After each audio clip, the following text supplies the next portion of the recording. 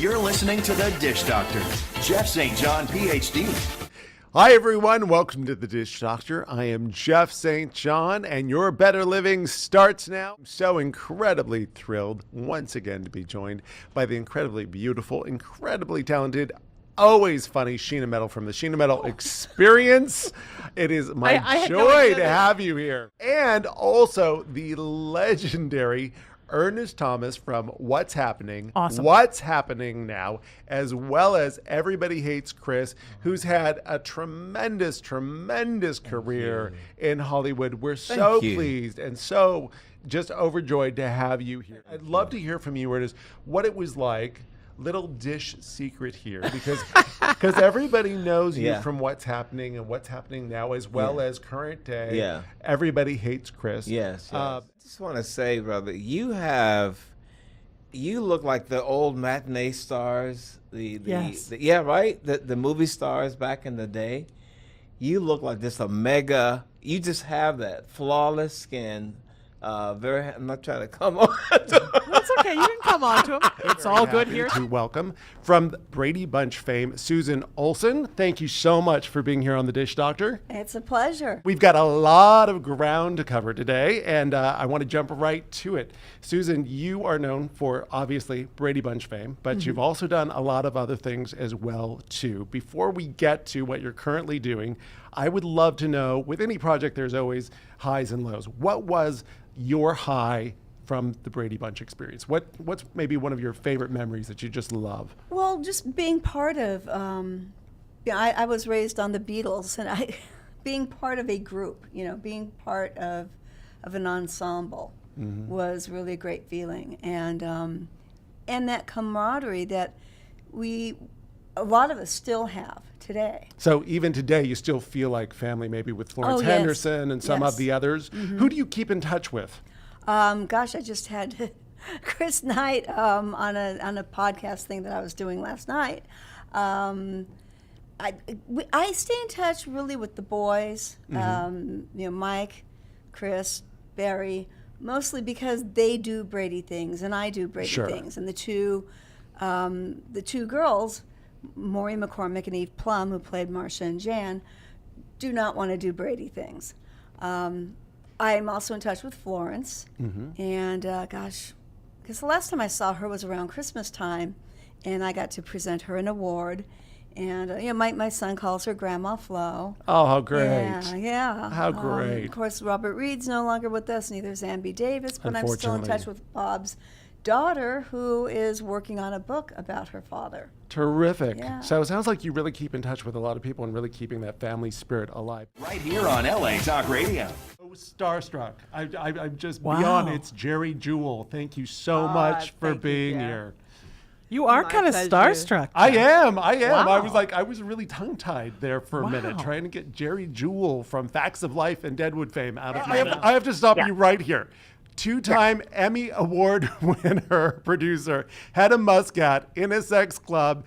While adult film star Ron Jeremy is banging two other people, goes up to him and taps him and says, hey, I'd like to talk to you about a project, right? Am I hearing that right? You're it. That's it. As well as former child star and pop icon from 1970s Jack in the Box fame, Rodney Allen Rippey. How are you, my friend? It's good to be here. When you represented Jack in the Box in 1970s, that was really groundbreaking. And I'm also curious, growing up in the 70s, did you ever experience prejudice? Did somebody ever come up to you and call you the N-word? I did experience that. I was walking down the hallway one day, and this guy just walked by me and called me the N-word. And I was like, I looked around like I was in the Twilight Zone. I said, did you just call me that? And the guy looked at me like, yeah, I said it. And I was like, come here.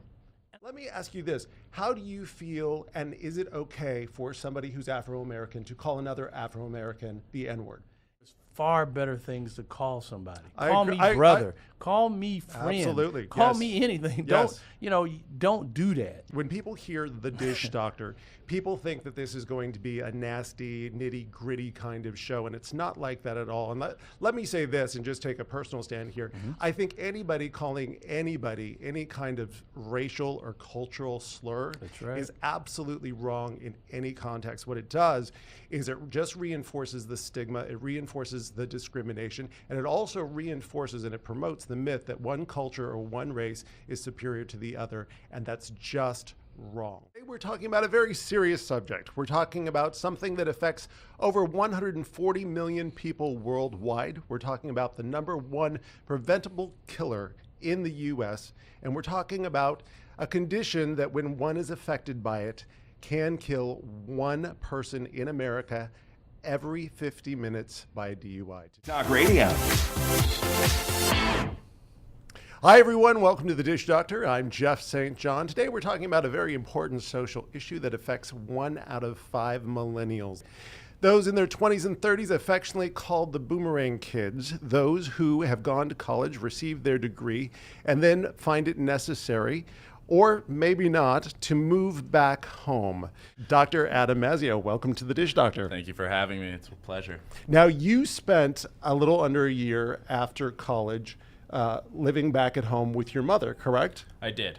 A college degree used to guarantee you some sort of financial stability at least, or some sort of financial wealth, but at the very least some sort of financial stability. That's not the case anymore. Even those that aren't in college, to date, research suggests that 60% or more of millennials, whether they're college grads or not, are still receiving some sort of financial support from their parents.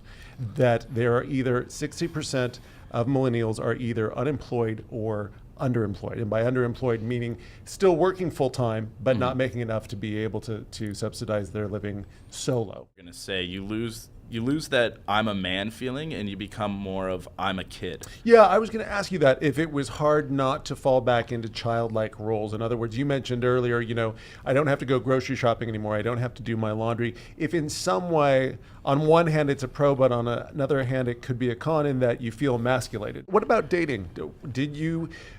How did that work? There's that awkwardness of walking your girlfriend out or someone you met at the bar and having your mother kind of stand there in her robe drinking her morning tea. You're on LA Talk Radio. For millennials that do use moving back home to live with a parent or parents as a financial plan, I think it's important to recognize that you're not a failure. This is a financial solution to a financial problem, and to be able to utilize that time and money and energy to be able to save up, to be able to move out. Was queer used to be a derogatory term, and then the LGBT, what is now the LGBTQIA community, took that term and appropriated it so it's no longer derogatory. So Q stands for both queer and questioning. So Right. for youth who are still trying to figure out Right. their orientation, as well as intersex, as well as asexual. And for Right. those who don't know what asexual means that you have very low to no interest in sex. What do you feel people need to know? What do you feel the world needs to know and society at large needs to know about intersex people? Well, I think first of all that we're nothing scary. There's nothing freaky about us. Although it's an important issue and it's a life-defining issue to deal with and to develop a positive sense of self around, up to 60% of intersex people live as a gender that they were not assigned. Unfortunately, that is all the time we have for today. This is The Dish Doctor, Jeff St. John, and remember, your better living starts here. You're listening to The Dish Doctor